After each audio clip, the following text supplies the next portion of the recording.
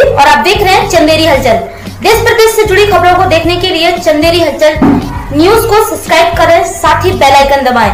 हमारे चैनल से जुड़ने के लिए दिए गए नंबरों पर संपर्क करें और बने रहिए हमारे साथ, देखते रहिए चंदेरी हलचल। और आइए अब एक नजर डालते हैं आज की इस खास खबर पर। नमस्कार, मैं महावीर सिंह राजपूत और आज है हमारे साथ भीम आर्मी से प्रदेश अध्यक्ष सुनील बिरेसे जी। इनसे करेंगे विधानसभा चुनाव 2023 को लेकर कुछ खास बातचीत। अध्यक्ष साहब, आपका हमारे पब्लिक ऐप में स्वागत है। धन्यवाद महावीर जी।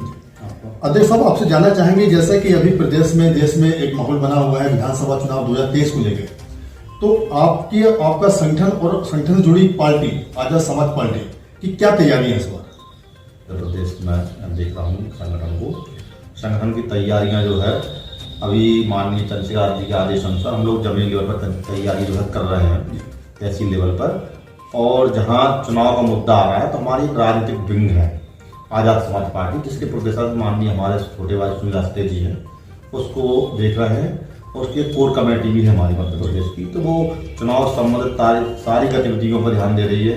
कहाँ हम लोग मजबूत हैं, कहाँ नहीं है, ये सारी रिपोर्ट हमने भीम आर्मी के माध्यम से हम लोगों ने उनको सबमिट करा दी है राष्ट्रीय लेवल तक। वो सारी रिपोर्ट मतलब लगता है कि आप कितनी सीटों पे चुनाव लड़ेंगे, कुछ ऐसा तय हुआ है? ये जो तय है माननीय हमारे चंद्रशेखर आजाद जी राष्ट्रीय कमेटी के लोग और हमारे प्रदेश अध्यक्ष जी ये तय करेंगे हम मध्य प्रदेश में किसके साथ चुनाव लड़ेंगे, कितने सीटों पर लड़ेंगे, कैसे लड़ेंगे, किस तरह के हमारे प्रत्याशी कहाँ से उतरेंगे मैदान में, ये तय पार्टी का। अच्छा, मेरा दूसरा सवाल है आपसे, जिस प्रकार से आपके जो नेता हैं भीम आर्मी जुड़े हुए हों, चाहे आपके आजाद समाज पार्टी जुड़े हों, उन पर लगातार हमले हो रहे हैं, इस पर क्या कहना चाहेंगे आप? देख, ठाकुर बामन बनिया छोड़ बाकी है सब जीएस और एक मूवमेंट मानवर कांशीराम साहब ने क्रिएट इस देश के अंदर किया था।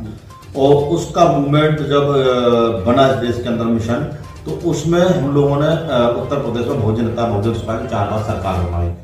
और इस देश को जो जितने ब्राह्मणवादी संगठन हैं, मनुवादी संगठन हैं, वो इस बात को भाप चुके हैं कि मानवर कांशीराम साहब के बाद इस देश के अंदर किसी मूवमेंट को चलाने के लिए कोई व्यक्ति आए तो चंद्रशेखर आजाद जी हैं। उनके साथ हमारे जैसे जो लाखों कार्यकर्ता हैं, अब मेरा ही देख लीजिए, हम एक गरीब परिवार से हैं और आज उन्होंने हमें स्टेट लीडर बना दिया है, पूरा प्रदेश हमको जानता है। तो हमारे जैसे हजारों करोड़ नेता चंद्रशेखर आजाद जी ने खड़े कर दिए।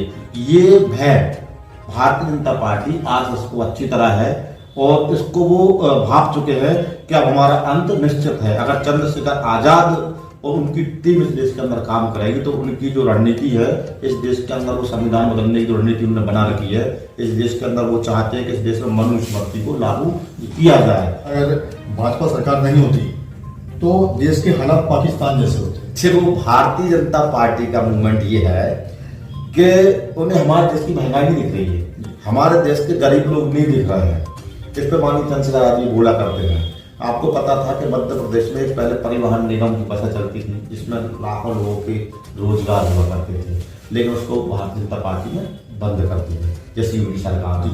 उन्हें पता है कि यहाँ का व्यक्ति रोजगार से लगेगा तो अपना घर परिवार चलाएगा, नौकरी करेगा तो सक्षम होगा तो अच्छा बुरा जानेगा।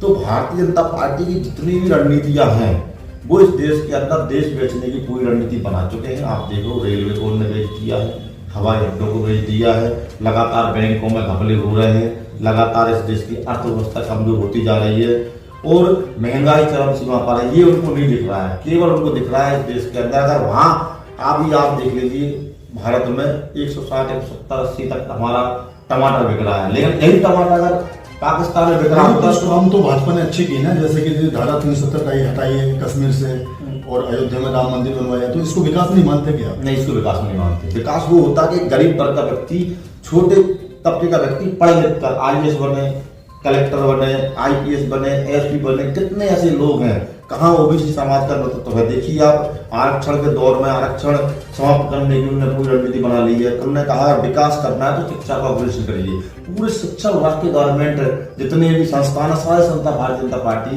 और भारतीय जनता पार्टी सरकार को देश के अंदर बेच चुकी है। अच्छा, समय का अभाव है अध्यक्ष साहब, आप हमारे पब्लिक ऐप के माध्यम से देशवासियों को, प्रदेशवासियों को क्या संदेश देना चाहेंगे आप संगठन के माध्यम? देखिए, आपके चैनल के माध्यम से मैं पूरे देशवासियों को और प्रदेशवासियों को एक मैसेज देना चाहता हूँ कि वो इस देश के अंदर इस भारतीय जनता पार्टी रूपी जो दानव इस देश के अंदर आ चुका है, इसको भगाने का काम करें। अन्यथा की स्थिति में इस देश की धर्म व्यवस्था, के नाम से वो लोग इस व्यवस्था को चला रहे हैं। इस देश का संविधान खतरे में है, उसको बचाने के लिए पूरे देश के संगठन एक साथ एक मंच पर खड़े हुए। इस बात को चंद्रशेखर आजाद जी कहते हैं, इस बात को माननीय तमाम हमारे नेता इस बात को कह चुके हैं। और इस मूवमेंट को बचाने के लिए पूरे नेता को एक साथ आना चाहिए और भारतीय जनता पार्टी को मध्य प्रदेश में 2023 में हराने के लिए सारे संगठन एक होना चाहिए। मैसेज में आपको मध्य प्रदेश के लोग बहुत धन्यवाद।